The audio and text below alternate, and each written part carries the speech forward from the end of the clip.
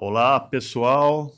Estamos iniciando agora mais um podcast Fala Doutor, da Associação Paulista de Medicina de São José dos Campos, na qual procuramos abordar um tema que seja de importância e de interesse para a população em geral, muitas vezes leigos no assunto proposto, mas que querem ter conhecimento em tudo que se refere à saúde, recebendo informações de qualidade, vindos de um especialista que pode e que a gente procura sempre trazer alguém que seja uma referência na área e que tenha expertise para responder ao que vamos perguntar.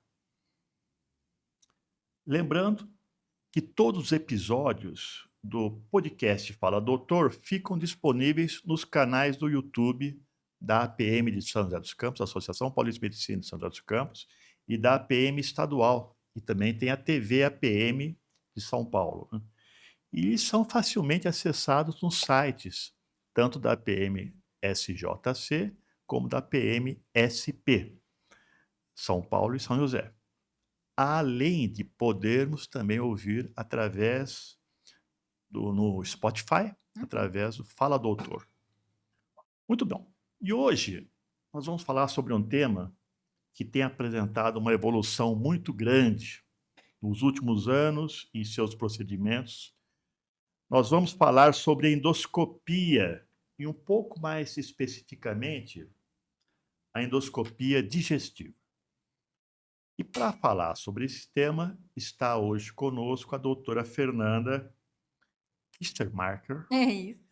do Nascimento Bueno, uma joseense da nova geração, filha de médicos, doutor Miguel, doutora Valéria, né?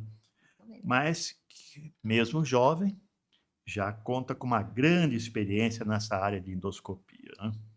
Ela fez a sua graduação médica na Faculdade de Medicina de Jundiaí. Ela fez a residência médica em cirurgia geral e, posteriormente, em endoscopia digestiva e respiratória pela Irmandade da Santa Casa de Misericórdia de São Paulo, onde fica a Faculdade de Medicina da Santa Casa, né? E ela é titular da Sociedade Brasileira de Endoscopia há mais de 10 anos. Possui também especialização em ecoendoscopia pelo Centro Franco-Brasileiro de Endoscopia, além de já ter uma vasta experiência em endoscopia bariátrica, né? O que a motivou a fundar o primeiro núcleo de tratamento endoscópico de obesidade no Vale do Paraíba. E ela é a fundadora, onde está até hoje, na clínica Endovale. Muito bom. Mas antes, doutora Fernanda Bueno, antes que você se apresente, eu gostaria muito de agradecer a sua presença, lembrar que, além de sua atividade profissional na área de endoscopia, você também é diretora social da nossa querida Associação Paulista de Medicina de São José dos Campos. Com um trabalho maravilhoso, gente. Não sei onde que arruma tempo, mas está lá. Doutora Fernanda, eu gostaria que você se apresentasse, aí nós iniciamos com algumas perguntas. Tá bom. Doutor, estou muito feliz pelo convite. Muito obrigada por estar aqui falando desse tema que é tão importante, né, doutor? Muito. Fico muito feliz. Além de eu ser endoscopista, eu sou a diretora social da PM e é uma função que eu exerço com o maior carinho do mundo, né? Tenho muito carinho por essa instituição e acho que a gente tem um papel fundamental aqui na nossa sociedade médica. Então, estou muito feliz de estar aqui. Muito obrigada. Muito bom, viu? Mas, primeiramente, né, antes de começar as perguntas, eu preciso comentar com você, quem está nos ouvindo, está nos vendo, o porquê da escolha desse tema, né, a endoscopia. Isso é uma particularidade minha, é que ultimamente tem me trazido essa preocupação, né? O fato de eu vejo alguns colegas estarem fazendo esses procedimentos sem terem a qualificação adequada para tal. Exatamente. que é um procedimento que exige uma responsabilidade Uhum. absurda, né? Enorme. Uhum. Fazem o curso, geralmente 2, 3 finais de semana e já se intitulam Especialistas. como endoscopistas, né? E É, não é assim, né? não. Então, antes mesmo de entrar direto no assunto, eu queria que você Uhum. comentasse sobre as necessidades reais para um colega médico se especializar nessa área, né? Sim. Uhum. Lógico, né, a gente lembra da grande evolução que essa área teve, né? Sim. Desde o século passado para cá, foi uma Sim. evolução muito grande. A gente tinha aquela endoscopia rígida, Rígida. depois passou Exatamente. para uma endoscopia semiflexível, Isso, né? exatamente. Evoluiu para a endoscopia com fibra ótica, né? É, E hoje nós estamos na endoscopia eletrônica. sim, eletrônica. Uhum. Basicamente, eu acho que é mais ou menos isso, né? É isso mesmo. E, né, também lembrando que a endoscopia é um procedimento que ele é feito em outras especialidades, né? Não é só Sim, na sim. Uhum, gastroenterologia, né? É uhum. feito em otorrinolaringologia, Sim, urologia, pneumologia. Então tem vários, ginecologia, sim, ortopedia, né? sim. E por aí vai. É, Lembrando, né, que endoscopia seria mais ou menos ver por dentro, né? exatamente, é olhar por Então, dentro. doutora Fernanda, o que que precisa ser feito para se especializar nessa área? Então, hoje em dia, doutora, a gente tem que fazer a faculdade, que são 6 anos, né? E depois a gente tem que exercer 2 áreas básicas que a gente fala, ou a clínica, né? Ou a cirurgia. Então, obrigatoriamente para o médico que se forma, ele precisa ir para essas 2 grandes áreas básicas antes de ir para a endoscopia. Pegar mais pertinho. Então, é importante ele fazer essas 2 áreas básicas, né? E depois ele fazer a endoscopia. E essa bagagem das áreas básicas, ela é super importante. Por isso que a gente fica muito triste de ver esses cursos de finais de semana, 2 dias, né? Um médico não é capaz em 2 dias de conhecer a especialidade nem de saber os riscos que ela, né? Que a gente tem ali vivendo a especialidade. Então, é muito importante entender que a endoscopia, a gente não forma na faculdade já vai para endoscopia, né? A gente se prepara, a gente tem uma base bem sólida, ou clínica ou cirúrgica, para daí a gente fazer endoscopia, que são mais 2 anos, e aí a gente ainda faz uma subespecialidade, né? Que foi o meu caso, eu fiz a ecoendoscopia. Então, no Perfeito. meu ano foram 6 anos de faculdade, mais 2 de cirurgia geral, né? Depois mais 2 de endoscopia básica, e ainda tive a respiratória, endoscopia respiratória também como formação, e depois ainda a ecoendoscopia. Então, é absurdo pensar que um curso de 2 dias de final de semana é capaz de formar um endoscopista, né? De jeito nenhum. Então, ele tem essa carreira, esse caminho longo que ele precisa percorrer, como eu falei, para que ele saiba manejar os riscos, para que ele saiba manejar complicações, para que ele saiba identificar realmente tudo que ele precisa como endoscopista, né? Isso é, Tá é vendo? importante frisar, né? Muito bom, viu? E eu queria ouvir de você, na sua opinião, né, qual que foi o maior avanço obtido na tecnologia dos aparelhos endoscópicos nos Uhum. últimos anos?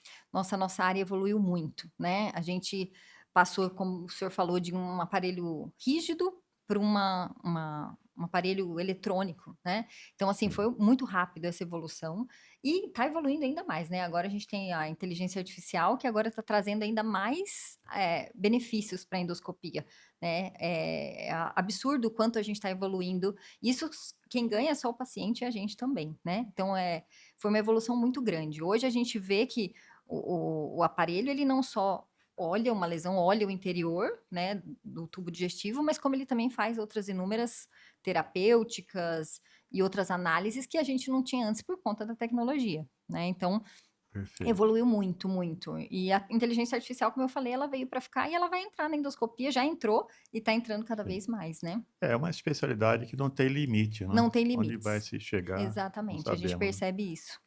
Agora, a demanda de trabalho para vocês que fazem essa especialidade, Uhum.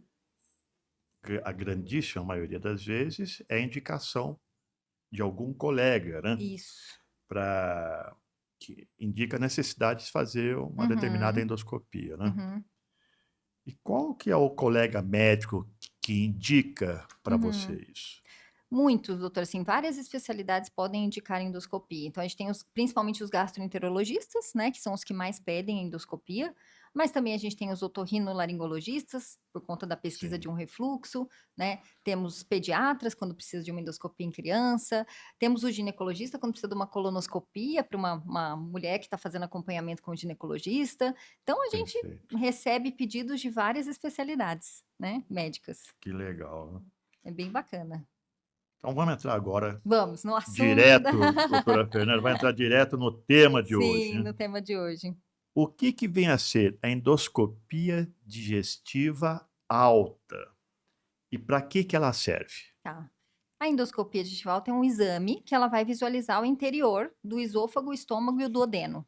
Por isso que ela é alta, né? Ela vai até um limite ali, que é o comecinho do intestino fino, que a gente fala o intestino delgado. Então, ela não ultrapassa o duodeno. A gente vê só essa primeira porção. Por isso, a endoscopia digestiva alta, né? E ela é feita através de um aparelhinho, que depois eu vou mostrar para vocês, flexível, né, que não machuca, ele entra pela boca e ele percorre todo esse segmento que eu falei, o esôfago, o estômago e o duodeno, né?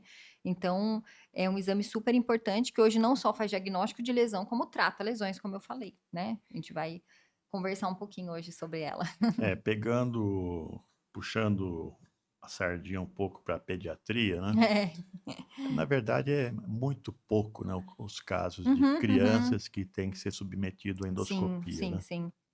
Mas você tem ideia de qual que é a endoscopia mais requisitada, né? Geralmente, é muito Nas mais endoscopia do que a colonoscopia, né, e Sim, geralmente é para retirada de corpo estranho. A gente vê que a criança perfeito, ingere muitos corpos estranhos, perfeito. principalmente moeda, né, e aí a gente Isso. acaba tendo que fazer endoscopia para retirar esses corpos estranhos. Então uma grande indicação de criança é a retirada de corpo estranho, né. Tá, e Corpo muitas estranho é vezes objetos que a aham, criança exato. acha e acaba Engole uma engolindo. moeda, né, Exatamente, é criança é isso mesmo. curiosa, pequenininho. Curiosa, acaba pondo na boca, tudo E põe às na boca. vezes são procedimentos de urgência, né, ou a mesma Exatamente. emergência, né, Isso, às vezes é tem emergência. que intervir Geralmente rapidamente. criança a gente vê mais em casos de emergência, como isso, Perfeito, ou é verdade, sangramentos, né, coisas mais importantes, não pede de rotina como a gente pede no adulto, exato, né.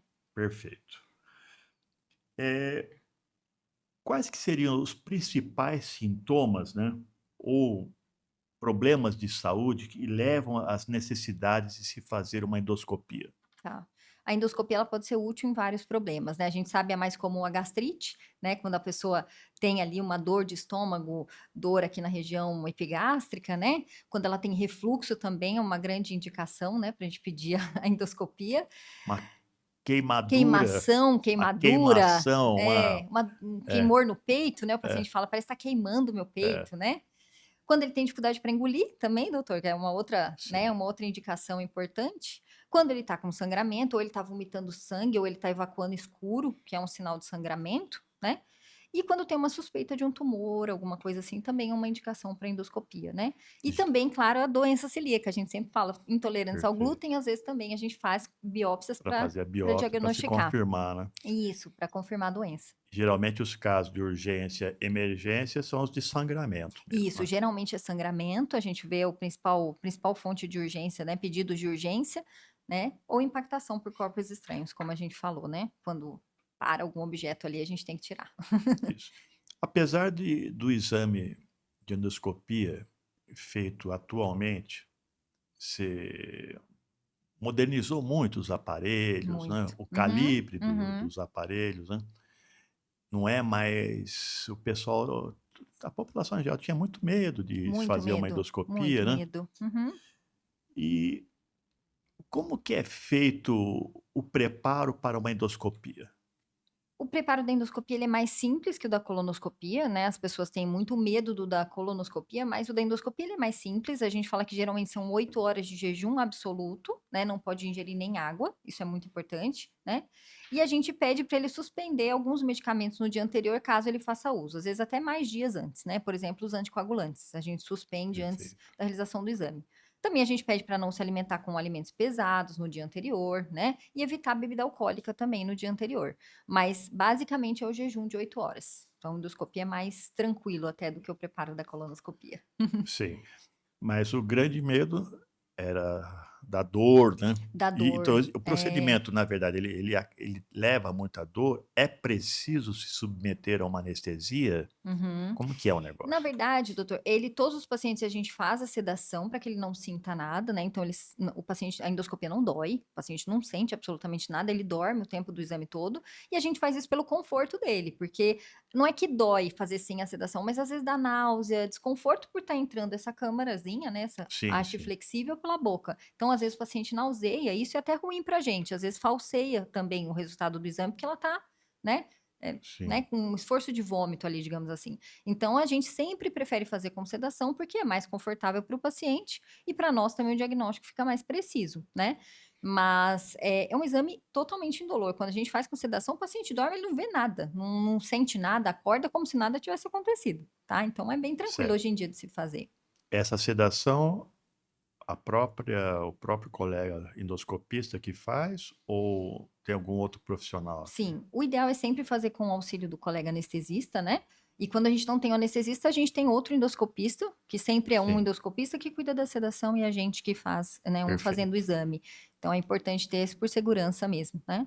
Lógico. Mas podem ficar tranquilos que hoje em dia, com essa sedação, ainda mais com os medicamentos de hoje em dia que são modernos, né? Antigamente era pior, mas hoje tá muito tranquilo. É para o paciente dormir só no momento ali do exame, Lógico, né? lógico.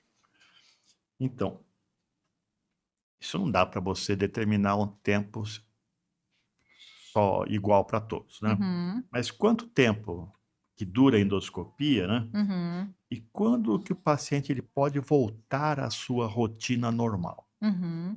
A endoscopia é um exame rápido, geralmente ela dura de 15 a 20 minutos, então não demora muito, né?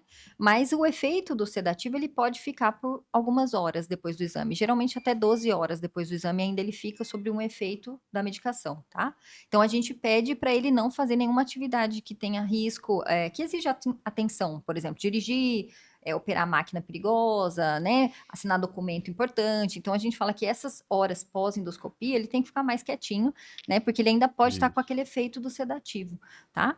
Mas no dia seguinte, não, né? Passou essas 12 horas, ou até dormiu, acordou, já pode, né, fazer suas atividades normais no dia seguinte. E também a gente pede para não praticar atividade física, essa é uma dúvida muito grande, doutor, né? Oi, Se pós-endoscopia pode fazer atividade física. A gente sim. pede para não fazer também no dia que Só fez a no dia, né? endoscopia. É só no dia. No outro dia já pode voltar Vida normalmente. Vida normal. normal. Uhum. E quais as principais doenças que podem ser diagnosticadas por meio da endoscopia? Uhum. Como eu falei, a principal é a gastrite, né? Que é a inflamação ali da mucosa do estômago. Também a gente tem as esofagites, que é quando aquele ácido volta e queima ali no esôfago, como a gente falou, por isso que o paciente sente essa queimação no peito, e aí dá esofagite, que é a inflamação do esôfago. Tem as hérnias de hiato, também, que é comum, as pessoas conhecem, né? Que é um alargamento entre o esôfago e o Isso. estômago. As úlceras, que também é muito conhecido, né? Os tumores, né? E outras tantas alterações que a endoscopia pode ver também, como eu falei, a doença celíaca, né? E outras lesões que a gente vê com o exame. Ah, mas basicamente ó, a gastrite, a úlcera, a esofagite, a hernia de hiato, os tumores, né? Perfeito.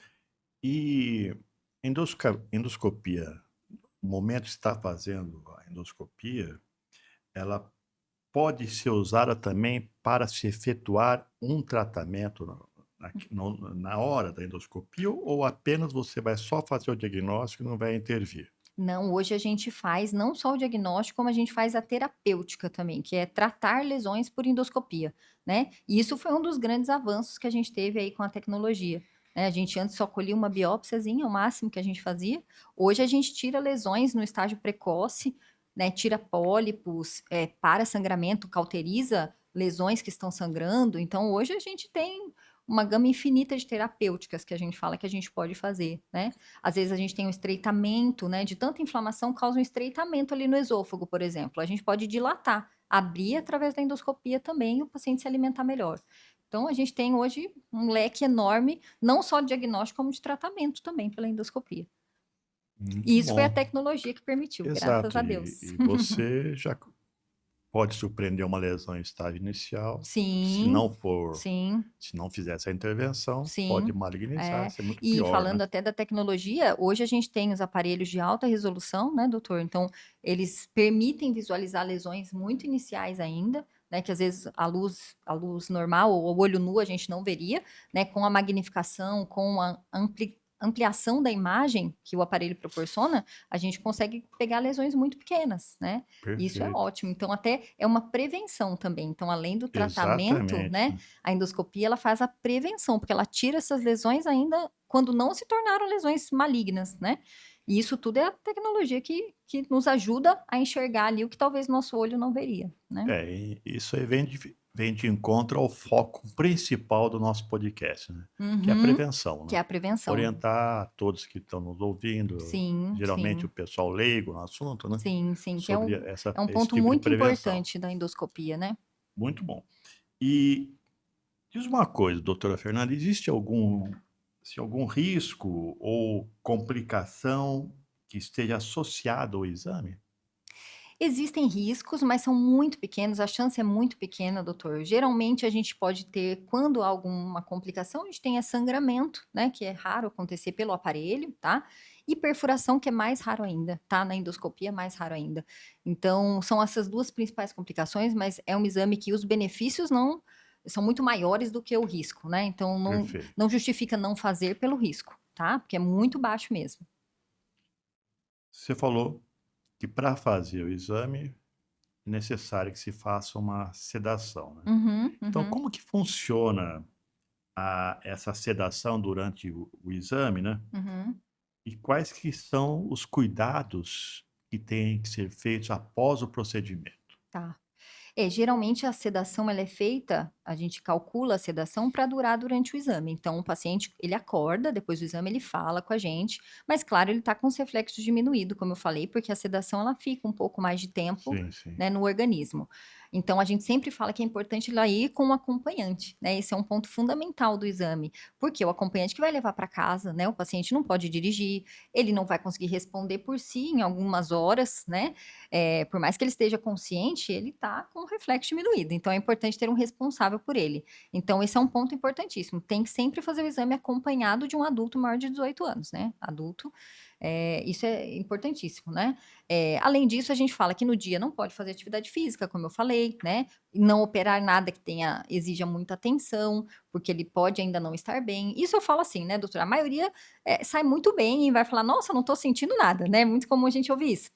"Ah, doutora, eu Sim. posso ir dirigindo, eu não estou sentindo nada". A pessoa não tem essa percepção que ela está com o reflexo diminuído. Então, por isso que a gente fala para ela: "Não, você não está 100%, precisa ir com o acompanhante embora, não pode fazer atividade física, não vai fazer nada que exija muito a sua atenção", né. Lógico. Isso é muito importante, porque às vezes a gente tem a percepção que a gente está bem, porque, como eu falei, os sedativos estão muito modernos e eles, né, duram o tempo ali do exame, mas é importante esses cuidados depois.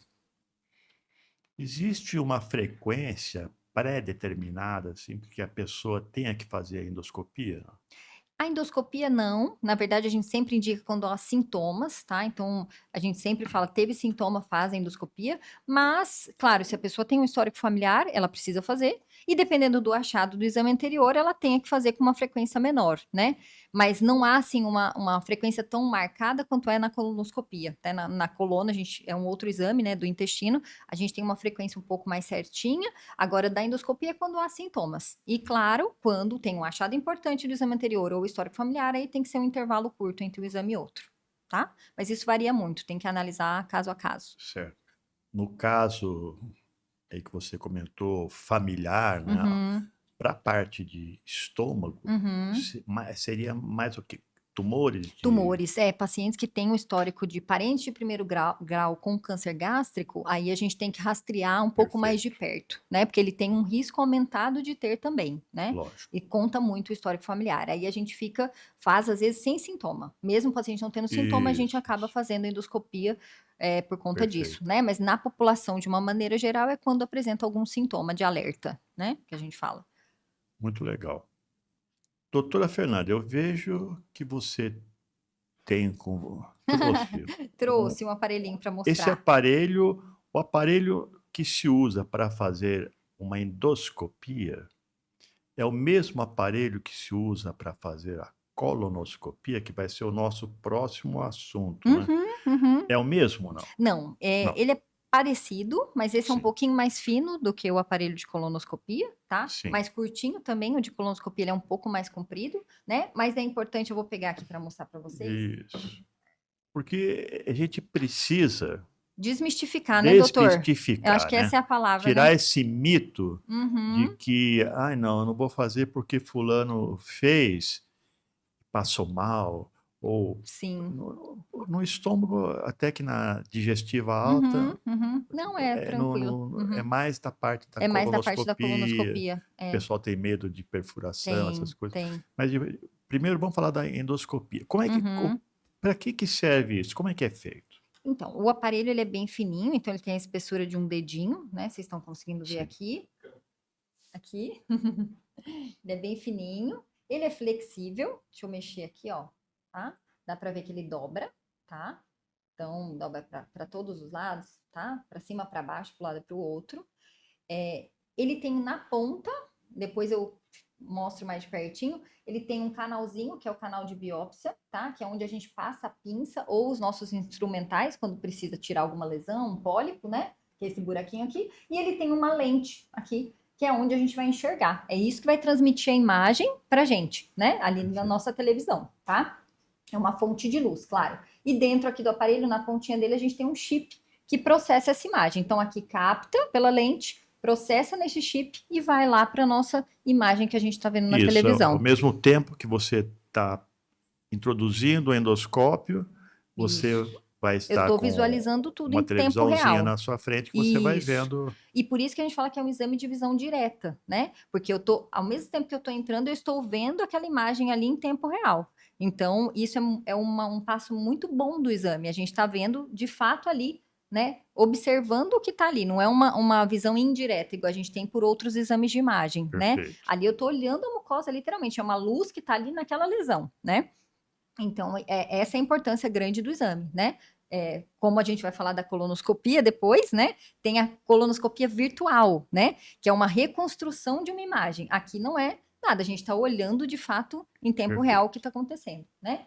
Então, eu falo de desmistificar porque o paciente olha e fala, nossa, isso vai doer, né? Sim, Como sim. que eu vou engolir isso aqui, né? O paciente não engole, ele está sedado, ele está dormindo, a gente anestesia a garganta, a gente faz a sedação pela veia também, endovenosa, para ele estar dormindo, e a gente introduz isso devagarzinho, não machuca, não dá náusea, nem nada disso, porque ele está dormindo, tá bom? Então, ele é bem fininho.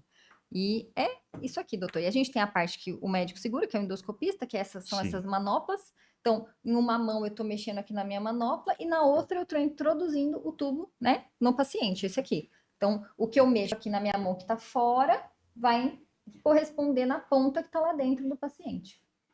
Tá? Deu para entender direitinho, né, doutor? Aí eu Perfeito. tenho aqui, esse aqui eu falei, que lá na pontinha sai a pinça, a gente introduz aqui.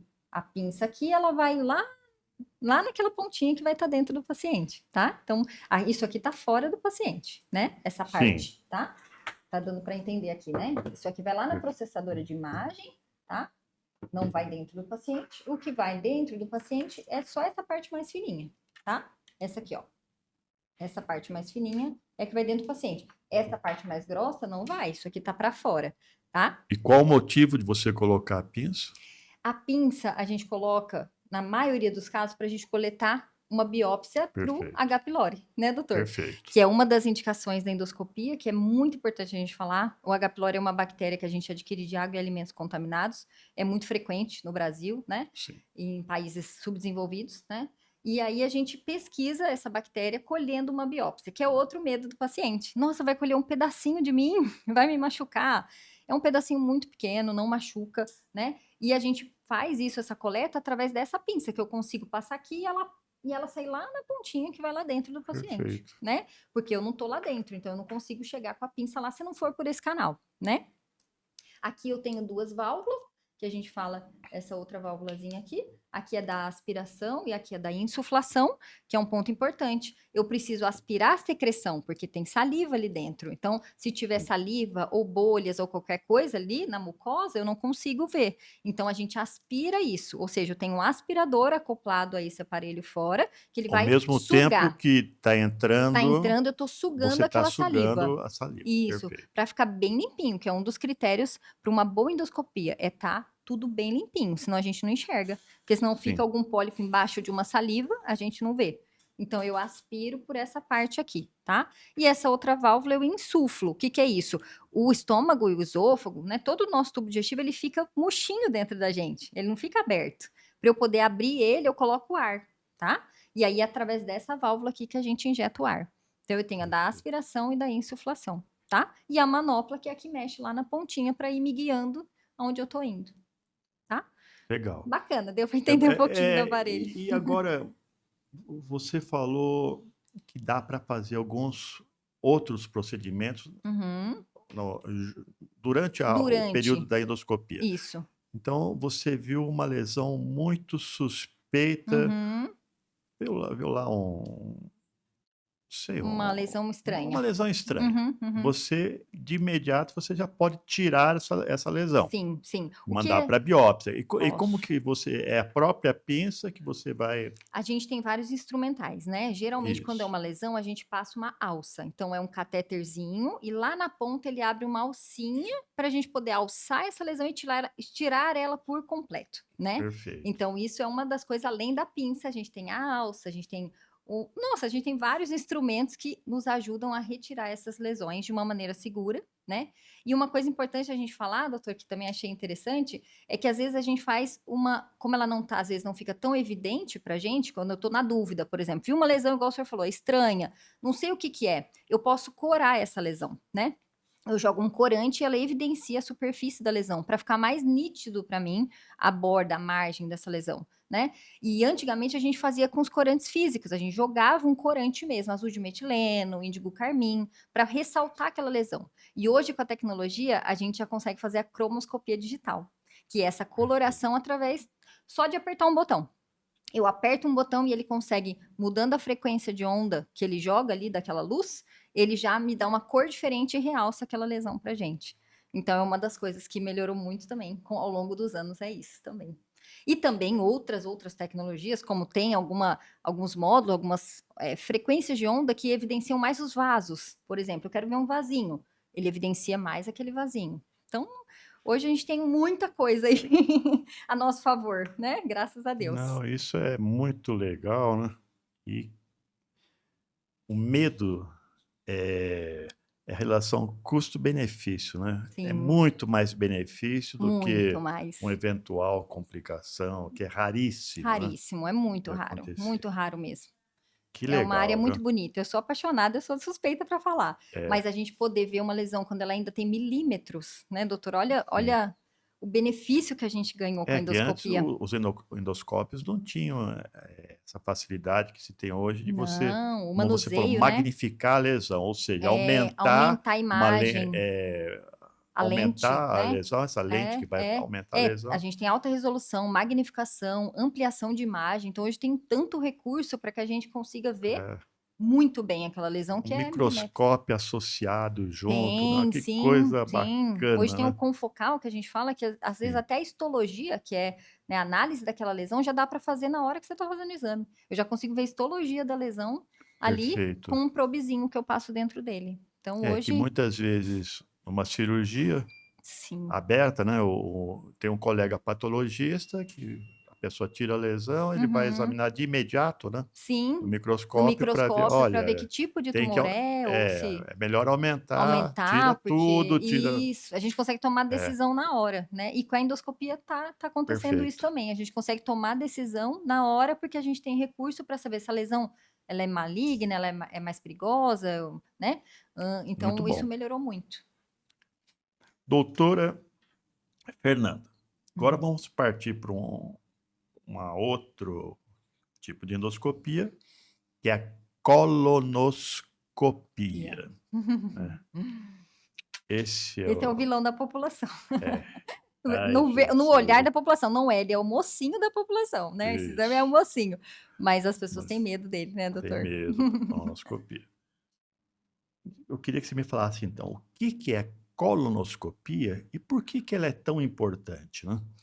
A colonoscopia ela é um exame que analisa, visualiza todo o intestino grosso, né? Então a gente vê a parte toda do cólon e do reto, né? É por isso que ele é um exame tão importante, porque a maioria de incidência de tumores de intestino, ela acontece no cólon e no reto, tá? Então por isso que a gente estuda menos o intestino fino, porque a maior chance é da gente ter problemas ou lesões no cólon e no reto, tá? Perfeito. E ele olha todo esse interior também, né? Toda essa mucosa que a gente fala. A mucosa é o revestimento. Quando eu falo mucosa, é o revestimento de dentro. Então, Isso, né? É o isso. revestimento de dentro. Então, a gente entrando com o aparelho, a gente olha todo esse revestimento de todo o intestino grosso.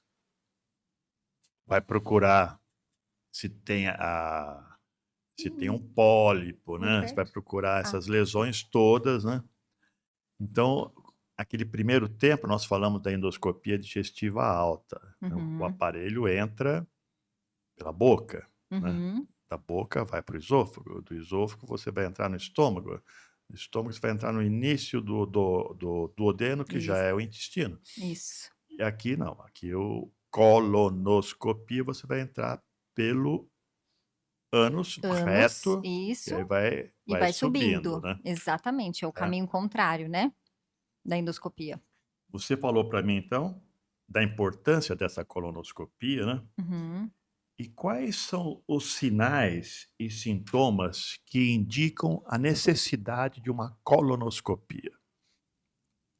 É quando a gente percebe, doutor, alteração do hábito intestinal, né? A pessoa alterna, às vezes ela tá constipada, tá ressecada e às vezes tem diarreia. Então, essa alteração do hábito é um sinal de alerta, né? Quando ele tem sangramento, né? Não é que todo sangramento pode ser um tumor, mas ele, né? Não é que todo sangramento é um tumor, mas os tumores dão sangramento, então é um sinal de alerta pra gente, né? Um sangramento. Perda de peso sem uma causa aparente, né? Anemia sem causa aparente, dor abdominal crônica, né? O paciente queixando muito de dor abdominal. Então, são todos esses sintomas que a gente fica alerta e geralmente indica a colonoscopia.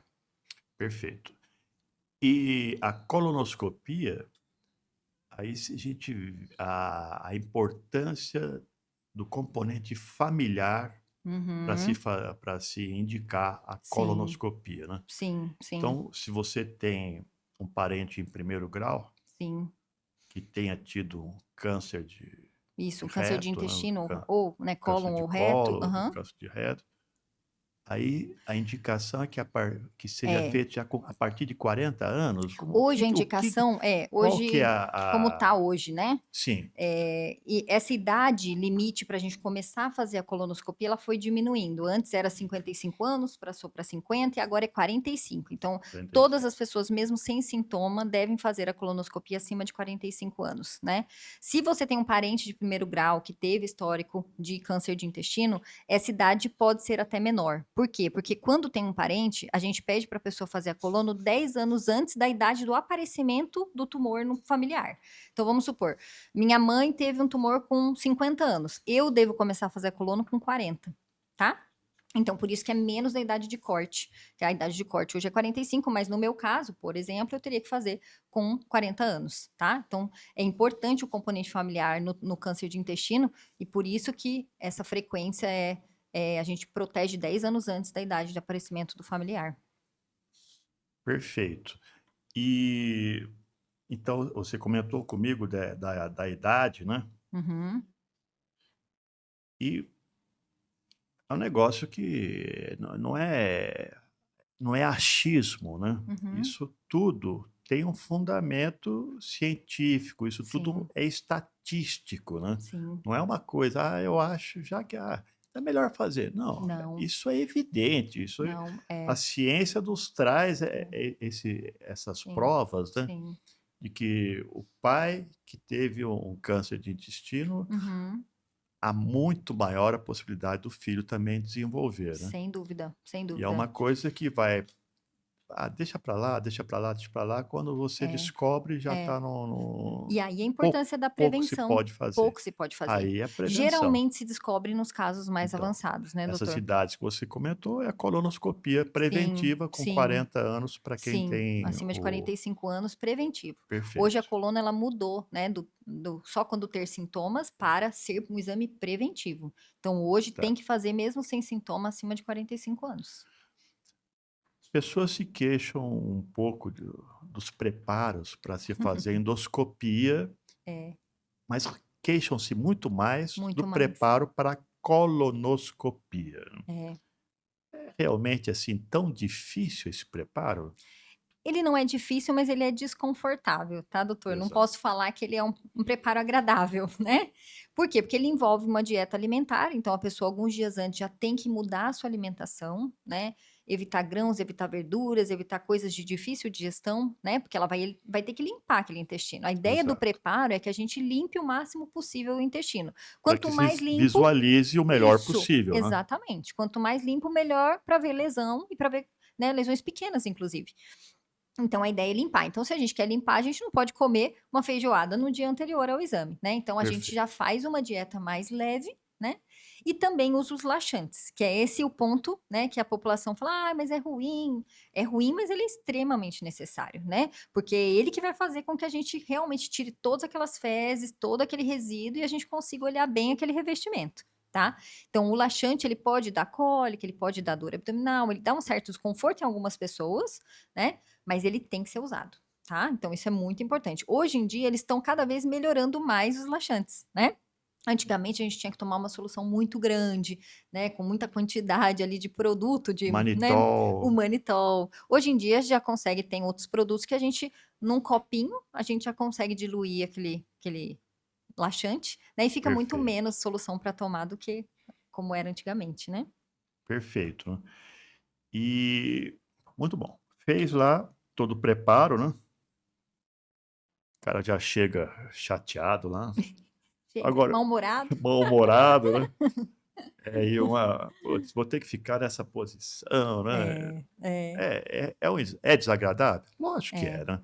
Não dá para falar que é uma coisa Sim. gostosa, vamos fazer todo Não, dia, não é. ninguém vai feliz, É. né, assim, é um Agora, exame e a gente respeita isso, né, sim, porque claro, sabe o claro, desconforto que causa, né. claro, Agora claro. o exame dói, né, é obrigatória que se fazer sedação?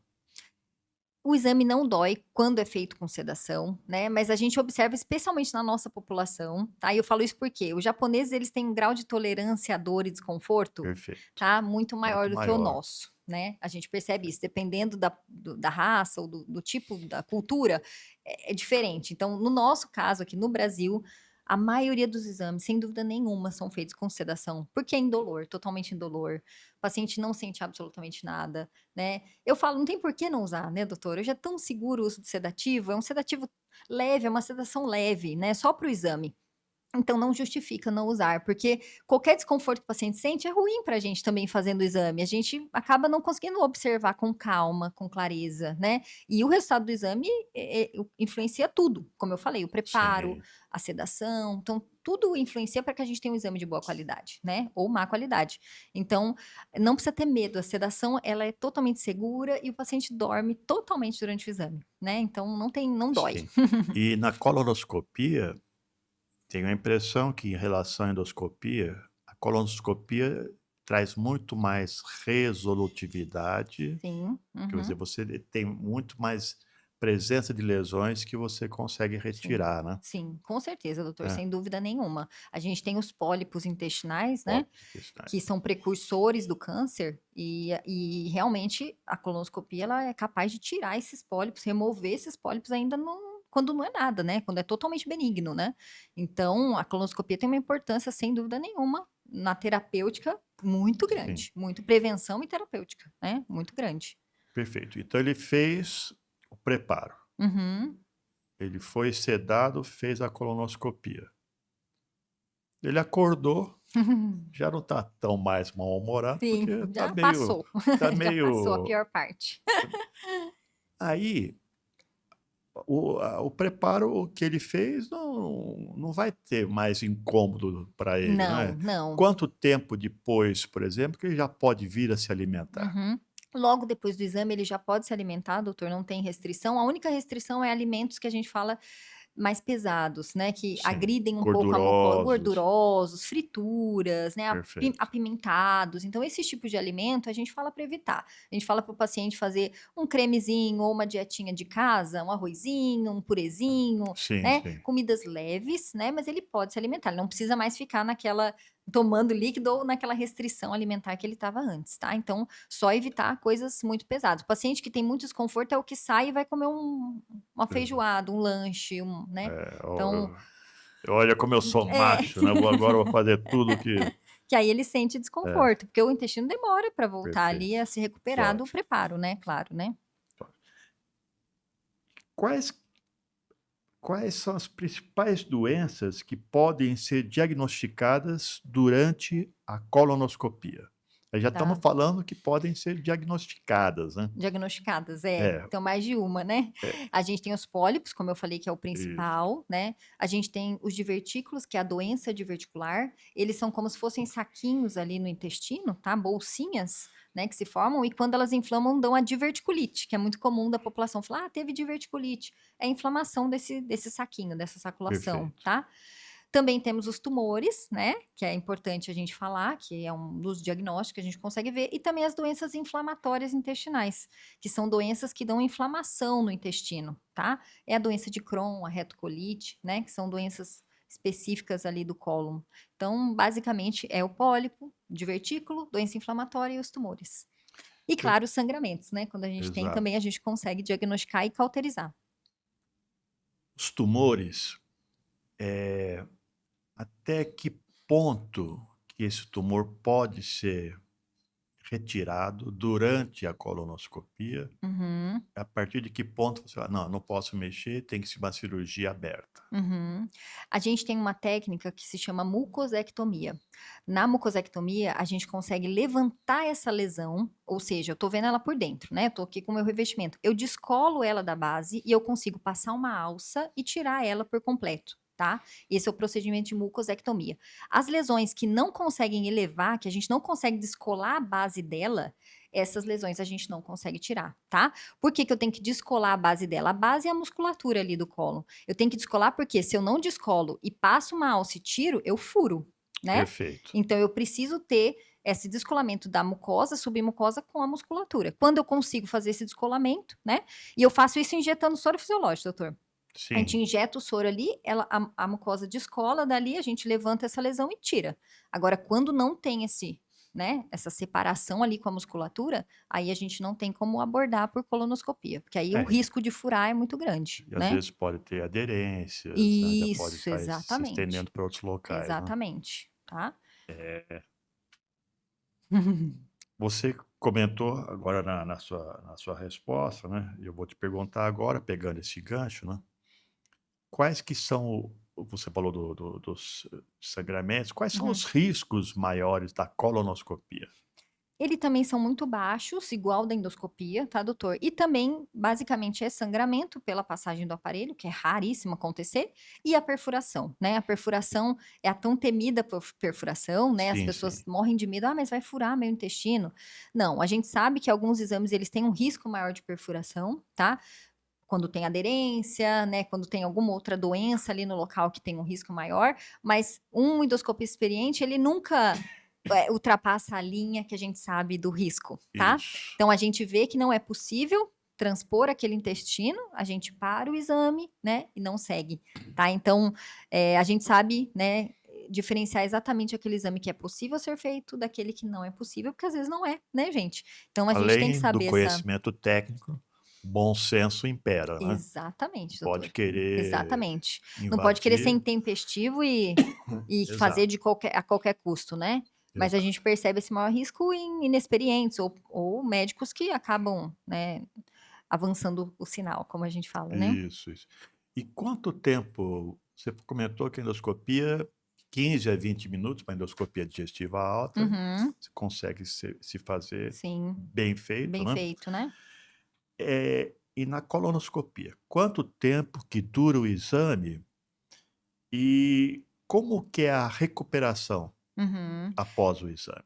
É um tempo maior, tá, doutor? Ele é mais demorado um pouco do que a endoscopia, então dura a endoscopia, como eu falei, 15 a 20 minutos, a colonoscopia é 20 a 30 minutos. Também não é um exame demorado, né? Lógico que se eu tiver que tirar uma lesão, demora um pouco mais, né? E é isso que a gente até explica para o paciente: olha, o seu demorou um pouquinho mais, porque eu tive que tirar pólipo, eu tive que tirar uma lesão, né? Tive que colher biópsias. Então, às vezes a gente demora um pouquinho mais do que isso, mas é em torno de 20 a 30 minutos, né? E a recuperação é como da endoscopia. A sedação é feita para durar no momento do exame, logo que termina, o paciente acorda, ele fica com aquele efeito do sedativo algumas horas, mas depois ele já se recupera bem. Então, a recuperação é bem tranquila também. Deixa eu te perguntar uma coisa. Via de regra, um exame colonoscópico, Uhum. de colonoscopia, você consegue, com o exame, você consegue resolver a maior parte. Sim, sim, Não é, sim. olha, eu vou tirar uma lesão hoje, Uhum, volta daqui 15 dias para fazer outra, vou tirar aquela outra lesão. Não, uhum. melhor você perder um pouco mais de tempo, Sim. mas naquela etapa já fazer. Sem dúvida nenhuma, doutora, a gente tenta ser o mais resolutivo possível, até porque o Perfeito, paciente não quer fazer um outro preparo, né, e é exato. ruim mesmo a gente submeter ele a depois de 15 dias a um novo preparo, né, a uma nova sedação. Então, assim, a gente podendo fazer o máximo que a gente puder no exame, a gente faz. A gente retira É, as lesões, colhe os pólipos, colhe biópsia, tudo que é feito, a gente sempre explica isso para o paciente também. Olha, por mais que no seu pedido não esteja uma retirada de pólipo ou uma biópsia, porque o médico que solicita, ele não tem como saber que a gente vai encontrar esse achado, né? Mas a gente avisa, se a gente achar alguma coisa, a gente vai resolver no ato do exame, né. perfeito, E isso é muito bom a gente poder fazer isso, que antigamente também tinha algumas limitações técnicas. Hoje a gente consegue resolver tudo no ato da colonoscopia, tranquilamente. exato. E outra coisa é que você, você não pode trabalhar assim preocupado, não, não, deixa eu acabar rapidinho aqui. Exato, Não imagina. é, assim, Não, não. essa As agendas têm que não ter uma existe, folga. não existe uma. Não, É, matemático ali, né, exato, não é assim. matemática e cada É. paciente É é um diferente, né? É cada um diferente. demanda o seu próprio tempo, e a gente tenta respeitar ao máximo na agenda essa folga de tempo para que todos possam, ter tudo que todos teriam, né, assim, cada um tem que ter o seu tempo suficiente para fazer tudo o que for necessário, né. Muito bom. Doutora Fernanda Bueno, você sabe que esse tema, eu acho que a gente ficaria o dia Nossa, todo falando sobre ele, tem muita coisa ficaríamos. interessante para falar, É verdade, mas doutor. nós também temos um tempo limitado para, É né, e verdade. também ninguém consegue ficar É muito parado tempo. para assistir, né?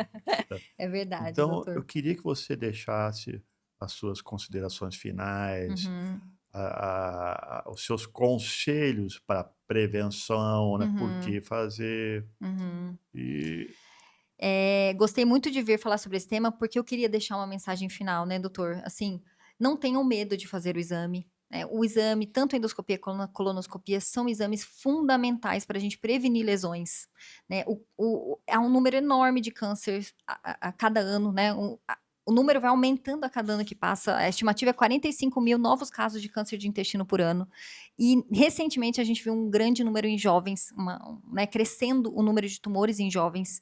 Então a gente fica assustado, não passa uma semana, doutor, sem eu ver um câncer lá na clínica, né. Então assim, sim, façam o exame, não tenham medo, é um exame seguro, indolor, né, e que previne muitas doenças graves, né. Então eu queria muito deixar essa mensagem, porque o exame ele supera muito, como eu falei, o benefício do que o risco, tá. Então, façam, né, é muito importante, vão ao médico, ao menor sinal de alerta, ao menor sintoma, procurem o médico vai saber direcionar e vai pedir esses exames, mas não tenha medo. Eu acho que era essa a mensagem que eu queria deixar, muito bom. tá bom? Doutora Fernanda Bueno, eu quero agradecer muito Imagina, a eu que sua agradeço, vinda. Eu doutor. sei que você tem uma agenda Imagina. corrida, Aham. né, além do que é a nossa diretora social na É, Associação Paulista de Medicina de São José dos Campos, né. sim. Eu agradeço muito a sua vinda. Imagina, eu que agradeço, doutor. Eh, eu acho que foi muito bacana, deu Uhum. para ajuda muitas pessoas que ainda têm esse receio de Receio.